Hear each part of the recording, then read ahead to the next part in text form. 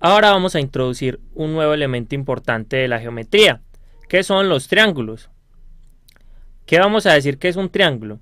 Simplemente vamos a tomar tres puntos no colineales y la unión de todos sus segmentos es el triángulo. Es decir, aquí tomamos tres puntos ABC, no son colineales, observen que no están todos tres en la misma línea, y lo que hacemos es unir los puntos, creando segmentos. Ahora, ¿qué vamos a tener de esos segmentos? Vamos a decir que ABC son los vértices del triángulo y que los segmentos AB, BC y CA son los lados del triángulo.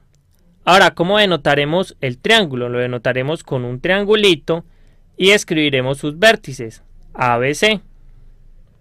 Ahora, los triángulos tienen una clasificación, que es la siguiente. Entonces, tenemos la clasificación de triángulos y tenemos dos tipos de clasificaciones. Hay una clasificación por lados y otra clasificación por ángulos. Por lados tenemos los siguientes tipos de triángulos: el equilátero, el isósceles y el escaleno. Y por ángulos tenemos los siguientes triángulos: el acutángulo, el obtusángulo y el rectángulo. Ahora vamos a ver qué propiedades cumplen cada uno de estos tipos de triángulos. Entonces teníamos los siguientes tipos de triángulos. En la clasificación por lados teníamos el triángulo equilátero. Y vamos a decir que un triángulo es equilátero si tiene todos sus lados congruentes. Recuerden, congruentes, ¿qué significa? Que tienen la misma medida. Es decir, nosotros vamos a decir que un triángulo es equilátero si todos sus lados miden lo mismo. Ahora, este es un ejemplo de eso, donde todos sus lados miden lo mismo. Para nosotros denotar cuáles son los lados que tienen iguales o son congruentes, vamos a hacerle unas rayitas para identificarlos. Es decir, estas dos rayitas significan que este segmento tiene la misma medida que este otro segmento que tiene también las dos rayitas. Y lo mismo que este que tiene también las dos rayitas.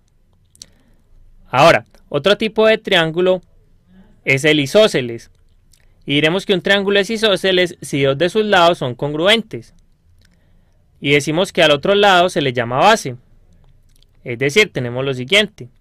Tenemos un triángulo, el cual dos de sus lados son congruentes. Y a este tercer lado que no es congruente, le vamos a llamar la base del triángulo.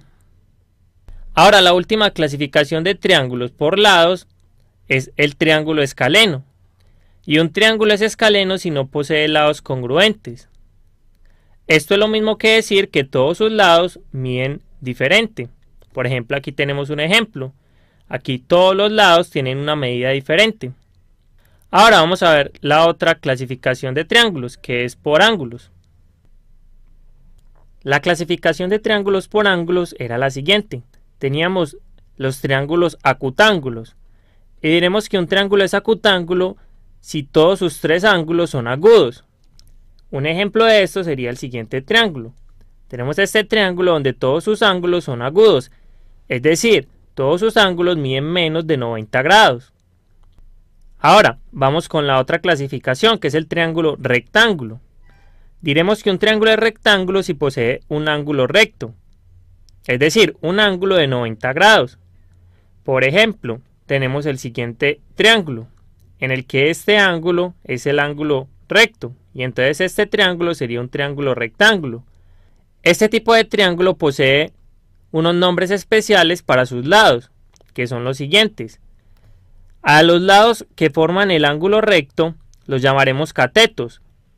Y este, que es el lado opuesto al ángulo recto, lo llamaremos hipotenusa. Ahora, el último tipo de triángulo es el triángulo obtusángulo. Y diremos que el triángulo es obtusángulo si posee un ángulo obtuso, es decir, un ángulo mayor de 90 grados. Un ejemplo de eso es el siguiente, en el cual este ángulo es mucho más grande que 90 grados. En nuestro próximo video vamos a ver algunos elementos que se definen en los triángulos, como son la mediana, la mediatriz y otros.